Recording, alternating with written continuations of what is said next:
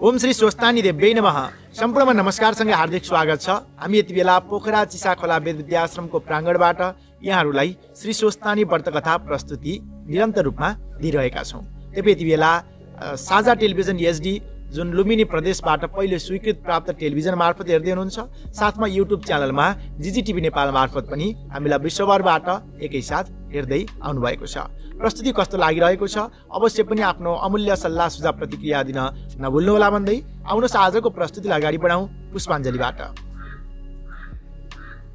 ओम यम ब्रह्मा वरुणेन्द्र रुद्र मरुतः स्तुनुवन्ति दिव्यैस्तवैर् वेदै साङ्गपद क्रमोपनिषदैर् गायन्ति यं सामगाः ध्यानावस्थित तद्गतेन मनसा पश्यन्ति यं योगिनो यस्यान्तं न विदुसुरासुरगणा देवाय तस्मै नमः।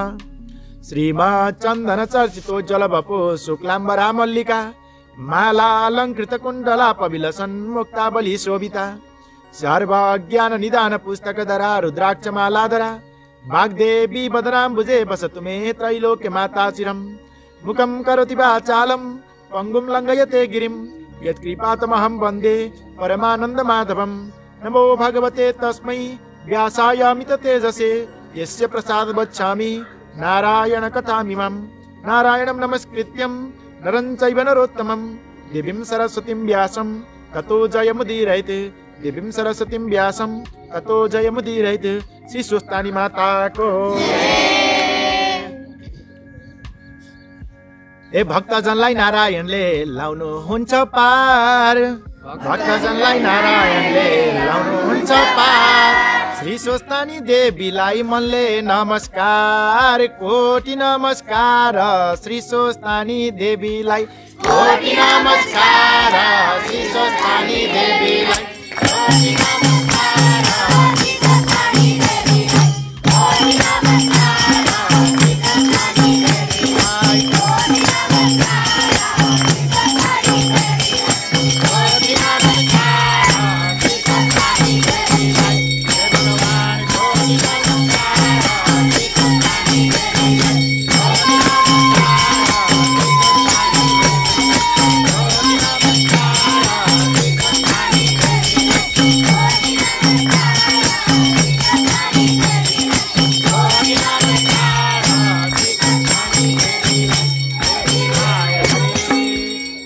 स्वस्तानी महिमा वर्णनको अत चतुर्विंशोऽध्यायः कुमारजी आज्ञा गर्नुहुन्छ हे अगस्त्य मुनि। त्यसपछि गोमा ब्राह्मणी धागाको लरिया लिएर चन्द्रज्योति नगरको बरहीको घर पुगेर मेरो घरमा सप्तर्षि आएका छन्, यो धागाको पान देऊ, तिनीहरूलाई खान दिन्छु भनिन्। त्यति गोमाले भनेको सुनेर बरहीले उत्तर दियो, हे गोमा ब्राह्मणी पान त कति पनि छैन, जो भएको हिजै बेचिसके नपत्याएर भनेर पानको भाँडा उगारेर देखायो। तब भाँडाभरि पान भइरहेको देखि यो के आश्चर्य भयो भनी चिन्ता गरेर भन्यो, हे गोमा ब्राह्मणी यस भाँडाको पान हिजै बेचिसकेको थिएँ, आज कताबाट आयो? तपाईँले मेरो घरमा सप्तर्षि आएका छन्, उनलाई खाना दिने भन्दा यस्तो भएको हो कि भनी लाज मानी तपाईँ धन्य हुनुहुन्छ। त्यो धागो पनि दिनु पर्दैन, पान लगेर ऋषिहरूलाई खान दिनुहोस् पनि। आधा जति पान ल्वाङ सुपारी समेत दियो र गोमा ब्राह्मणीले मनमा आनन्द मानी पान लिएर घर आउँदा सप्तर्षिहरू गइसकेछन्। अरू केही नभए पनि पानले ऋषिहरूको आतिथ्य गर्नेछु भनेको म पापिनीको हातको पान खानु पर्ला भनी गइसकेछन्। म धिक्कार रहेछु भनी विस्मात गरिन्। केही बेर पछि कुचोलिएर घर बढारौँ भनी पिर्का उठाउँदा उनीहरूले छाडेर गएका 7वटा सुनका कौडी देखिन्। त्यो द्रव्य पाएपछि उनीहरूले बताए अनुसार पौष शुक्ल पूर्णिमादेखि हात खुट्टाका नङ काटी स्नान गरेर पवित्र भई एक भक्त रही एक चित्त गरी नित्य मध्याह्न कालमा श्री महादेवको पूजा गरेर रात पर्नासाद कथा सुन्ने, घरमा कोही नहुनाले आफ्ना खाट चर्खा उइटा धनु आदि राखेर स्वस्तानी परमेश्वरीको कथा बन्दथिन्। त्यसो गर्दा चन्द्रज्योति नगरका गोठाला केटाकेटीहरूले सुनेर के हो भनी घरको भित्ता च्यातेर चियाउन लागेर बिछ्याउना उइटा चर्खा धनु सामुन्ने राखेर एक्लै बरबराइरहेकी गोमालाई देखेर हे गोमा ब्राह्मणी किन एक्लै कराइरहेकी भनी सोधे। अनि गोमाले भनिन्, हे बालक हो, सप्तर्षिहरू आई श्री स्वस्तानी परमेश्वरीको व्रत गर भनी उपदेश दिएर गएका हुनाले सोही व्रत गरी स्वस्तानी परमेश्वरीको कथा भनिरहेको हुँ, व्यर्थ कराएकी होइन। मलाई कुनै रोग पनि लागेको छैन, म बहुलाएकी पनि छैन। सुन्ने कोही नहुनाले बिछ्याउना, चर्खा, उइटा, धनु आदिलाई सुनाएकी हुँ। यति गोमाले भनेको सुनि गोठाला केटाकेटीहरूले दिउँसो आफूले खान लगेको अन्नपात छाडेर गए। सधैँ गोमाले भनेको कथा सुन्दथे र जे सकेको लगिदिन्थे। त्यसो गर्दा स्वस्तानी परमेश्वरीको कृपाले गोठाला केटाकेटीहरूलाई समेत घाँस खोज्न धेरै पर जानु परेन। नगी चाहिँ पाइन लाग्यो, गोमलाई पनि अन्न द्रव्य हुँदै गयो। त्यसो गर्दा गर्दै माघ शुक्ल पूर्णिमाको दिन सम्पूर्ण सामग्री तयार पारी एकचित्त भई श्री स्वस्तानी परमेश्वरीको पूजा गरिसकेर हातमा अर्घ पात्र लिई, हे स्वस्तानी परमेश्वरी, मलाई महादेवले भिक्षुक रूप भएर डमरुको शब्दले दिएको श्राप नाश गर। फेरि मेरो पुत्र नवराज र मलाई यस लोकमा सुख सम्पत्ति दि, परलोकमा सायुज्य मुक्ति प्रदान गर। हे जगदीश्वरी, आदि मध्य र अन्त्य नभएकी, सृष्टि स्थिति संहार स्वरूप भएकी यस्ती हे स्वस्तानी परमेश्वरी, हजुरलाई कोटि कोटि नमस्कार छ। यसरी महादेवको पनि स्तुति गरी अर्घ दिन र दण्डवत प्रणाम गरेर प्रसाद झिकी अष्टोत्तर सयमा 8 रोटी, 8 अक्षता, 8 बेली पुष्प, 8 पान, 8 पुड्का सुपारी सगुन समेत यो मेरो पुत्र नवराजलाई भनी परसारिन्। 100 रोटी आफूले फलाहार गरिन् र रात्रिमा जागराम बसिन्। त्यही रातमा स्वस्तानी परमेश्वरीको व्रतको प्रभावले नवराज आइपुगेर बाहिरबाट हे माता भनेर डाके। गोमाले आफ्नो छोराको बोली चिनेर झट्ट उठी बाहिर आएर ढोका खोली भित्र लगिन् अनि स्नेहपूर्वक सोधिन्, हे पुत्र, तेरा पिताको के खबर छ? अनि नवराजले भने, हे माता, भिक्षा माग्न गएका मेरा पिता गंगा तटमा नित्य पूजाको लागि वृक्षमा चढेर फलफुल टिप्न लाग्दा संयोगले रुखको हाँगा भाँचिएर लडेर मरेछन्। मलाई त्यही बस्ने वृद्ध दम्पतिले भनेर रुखमुनि गएर हेरे, हाड खोर रहेछ। त्यो बटुली गंगामा प्रवाह गरे अनि दशगात्र र श्राद्ध आदि पनि गरेर घर आउन लाग्दा घरको दुःख सम्झेर त्यसै कसरी जाउँ भनी शहरमा गएर राजाको सेवा गरे। उनले केही द्रव्य दिएर घर आइपुगे। यति नवराजले बचेको भनेको सुन्नासाथ गोमा अधैर्य भई निर्विवेकी विधाताले 7 वर्षकी हुँदा 70 वर्षको बुढासित विवाह गरायो। उही बुढो पनि मेरो यस्तो यौवनको बखतमा खोसेर लगिदियो। हे स्वामी, भिक्षा माग्न गएका तिमीले मलाई अनाथ तुल्याई एक्लै छाडी कता गयौ? हे नाथ, तिमी कहाँ गयौ? मलाई पनि उही लैजाऊ। तिमी बिना म यो जीवन कसरी राखौ भन्दै मूर्छा परेर भूमिमा डलिन्। पछि चेतायो र अनेक प्रकारले शोक गर्न लागिन्।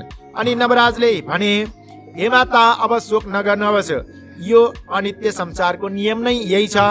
जन्मेपछि नमर्ने को छ र? एक दिन सबैले मर्नुपर्छ, अतः अब तपाईले मेरो मुख हेर्नु पर्दछ। तपाईकी बुहारी कहाँ छ? यतिका दिनसम्म तपाईहरू कसरी बस्नुभयो? खानपिन कष्ट भयो होला। फेरि तपाईँ यस बेलासम्म नसुतेर के गर्दै हुनुहुन्छ? अनेक पुष्प र धूप चन्दनको सुगन्ध आइरहेको छ। के पुण्य कार्य गर्नुभयो? आज्ञा होस्। यति नवराजले भनेको सुनि गोमाले धैर्य धारण गरेर भनिन्, हे नवराज, थाकेर आएको, भोक लाग्यो होला, पहिले खानेकुरा खाऊ भनी खान दिन। खाइसकेपछि हे पुत्र, तेरी स्त्री चन्द्रावती माइत गएकी छ। तपाईँका छोरा आएपछि डाक्टर पठाउनु भनेकी थिए।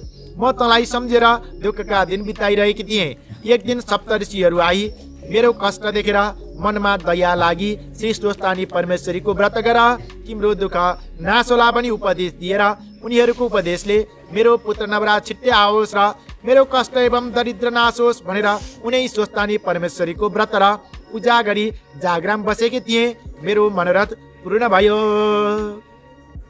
अब तँलाई पनि उनीको महिमा सुनाउँछु, एकचित्त भएर सुन। यस लोकमा सुख सम्पत्ति पाई अन्त्यमा मुक्ति मिल्नेछ भनी सम्पूर्ण कथा विस्तारले सुनाइन्। त्यसपछि प्रातःकाल भएर नवराजले भने, हे माता, म गंगा स्नान गरेर आउँछु। अनि गंगामा गई स्नान गरिसकी हरिहरको पूजा र स्तुति गर्दा गोमा ब्राह्मणीको व्रतको प्रभावले गंगाबाट हरिहर प्रत्यक्ष भई, हे नवराज, तेरी माताले गरेको स्वस्तानी परमेश्वरीको व्रतका प्रभावले हामी प्रसन्न भयौं, वरदान ल्याऊ। यस गंगादेखि दक्षिण दिशामा लावण्य देश छ, त्यहाँ राजा छैनन्। हात्तीलाई सुवर्णको कलश र फूलको माला दिई राजा खोज्न लगाएका छन्। त त्यहाँ जानु, हामी त्यस हात्तीमा प्रवेश भई राज्याभिषेक तँलाई नै दिलाउनेछौँ। राजा होलास पनि वरदान दिए। हरिहर प्रकट भई वरदान दिएको सुनि नवराज स्तुति बिन्ती गर्दछन्। यौतौ शङ्ख कपाल भूषित करौ मालास्ति मालाधरौ देवौ द्वारवती श्मशान निलयौ नागारी गोवाहनौ द्वित्र्याचौ बलिदच यज्ञमथनौ श्रीशैलजावल्लभौ पापं मे हरतं सदा हरौ श्रीवत्स गङ्गाधरौ। हे हरिहर, हातमा शङ्ख र कपाल लिने, वनमाला र अस्थिमाला धारण गर्ने दिव्य रूप भएका, मसान र द्वारकामा बस्ने, वृषभ अर्थात् साँडे र गरुड वाहन हुने, 3 र 2 नेत्र भएका, बलि र दक्षको यज्ञ मथन गर्ने, श्रीवत्स र गङ्गाले शोभित हुने, पार्वती र लक्ष्मीका स्वामी भएका यस्ता हजुरलाई मेरो समस्त पाप हरण गर्नुहोस्। ममाथि दया गरेर दर्शन दिनुभयो, म धन्य रहेछु। मैले माताको गर्भमा बास लिएको सफल भयो। दुष्टजनको संहार र साधुजनको रक्षा गर्ने यस्ता हजुरहरूलाई सम्पूर्ण ब्रह्माण्ड सृष्टि गरेर पालन गरी पाप पुण्यका साक्षी भएका हजुरलाई कोटि कोटि नमस्कार छ। सधैँ हजुरको भक्तिमा मेरो चित्त लागोस्। यस्तै अनेक स्तुति गरेपछि हरिहर अन्तर्ध्यान हुनुभयो अनि नवराज हरिहरको दर्शन पाएपछि सूर्य चाहिँ तेजिलो भएर घर पुगे। गोमाले छोरालाई त्यस्तो तेजले युक्त भएको देखेर आश्चर्य मान्दै सोधिन्, हे नवराज, आज अत्यन्त तेजवन्त देखिन्छस्, त्यसै हो कि मेरो चित्तको भ्रान्ति हो? म त देवराज इन्द्र भन्दा पनि तेजिलो देखिरहेकी छु। यति महातारीले भनेपछि नवराजले गङ्गा स्नान गर्न जाँदा गङ्गाबाट हरिहर प्रत्यक्ष भएको र लावण्य देशको राजा होलास भन्ने वरदान दिएको सारा वृत्तान्त सुनाई, हे माता, हजुरको तपस्याको प्रभावले म यस्तो भएँ भने यति नवराजले भनेपछि गोमा प्रसन्न भएर बोल्दछिन्।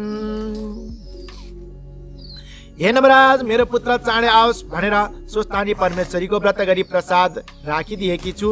लौ ल्याउ, स्वस्थानी परमेश्वरीको सदैव तिमी प्रति स्नेह रहिरहोस्, सधैँ कल्याण गरून्, सधैँ उनकै भक्तिमा चित्त लागिरहोस्। यति भनेर श्री स्वस्थानी परमेश्वरीको प्रसाद मध्येमा 8 गनेर राखेको सगुन समेत दिन् र हे पुत्र, तिमी हरिहरको आशीर्वादले लावण्य देशको राजा भए भनी आशीर्वाद समेत दिन्।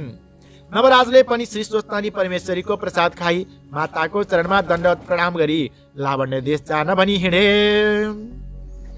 इति श्री स्कंद पुराणे केदारखण्डे माघ महात्म्य कुमारगत संवादे श्री स्वस्थानी परमेश्वर्यां व्रत कथायां गोमा स्वस्थानी व्रत कीर्तन वर्णनम नाम 24 हरिहरि बोलिए श्री स्वस्थानी महिमा वर्णनको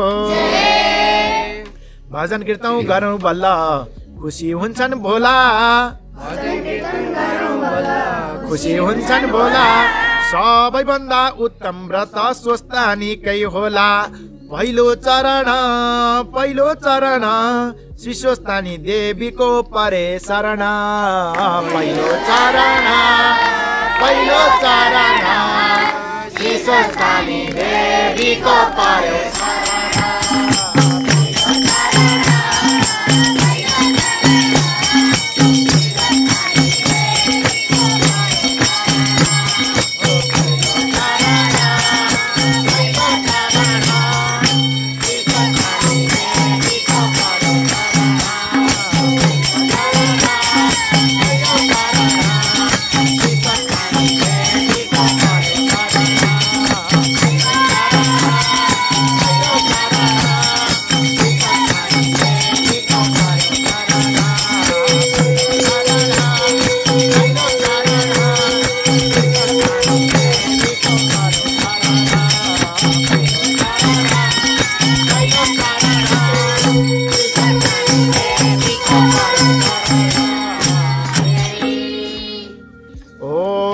नयतु मंगलम वा सकल जगन मंगलालय श्रीमान दीन कर किरण निबोधित नव नलिन दल निवेक्षण कृष्ण काले वर्षतु पर्जन्य पृथ्वी सस्यशालिनी देशोऽयं शुभरहितो ब्राह्मणा सन्तु निर्भयः अपुत्रः पुत्रिणः सन्तु पुत्रिणः सन्तु पौत्रिणः निर्धनः सदनः सन्तु जीवन्तु शरदां शतम् तत्रैव गंगा यमुना च तत्र गोदावरी सिन्धु सरस्वती च तीर्थानि सर्वाणि वसन्ति तत्र यत्राचितोदार कथा प्रसंग या कुन्देन्दु तुषार हारधवला या शुभ्रवस्त्रावृता या वीणा वरदण्ड मण्डितकरा या श्वेत पद्मासना या ब्रह्माच्युत शंकर प्रभृतिभिर्देवैः सदा वन्दिता सामां पातु सरस्वती भगवती निशेष जाड्यापहा कायेन वाचा मनसेन्द्रियैर्वा बुद्ध्यात्मना वा प्रकृति स्वभावात् करोमि यद्यत् सकलं परस्मै नारायणाय समर्पयेतद्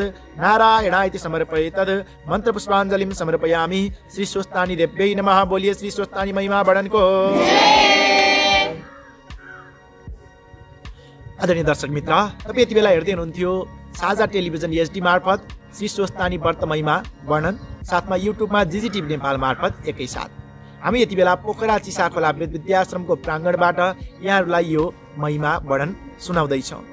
प्रस्तुति कस्तो लागिरहेको छ अवश्य पनि आफ्नो अमूल्य सल्लाह सुझाव प्रतिक्रिया दिन नभुल्नुहोला भन्दै आजको व्रत महिमा वर्णन यही विसर्जन गर्दै भोलि अर्को नयाँ कथा प्रसङ्गका साथ भेट्ने बाचाका साथ हामी सम्पूर्ण टिमका साथ म प्रस्तुता गङ्गा सागर उपाध्याय पनि बिदा चाहन्छु। सम्पूर्णलाई श्री स्वस्तानी देवीले रक्षा गरून्।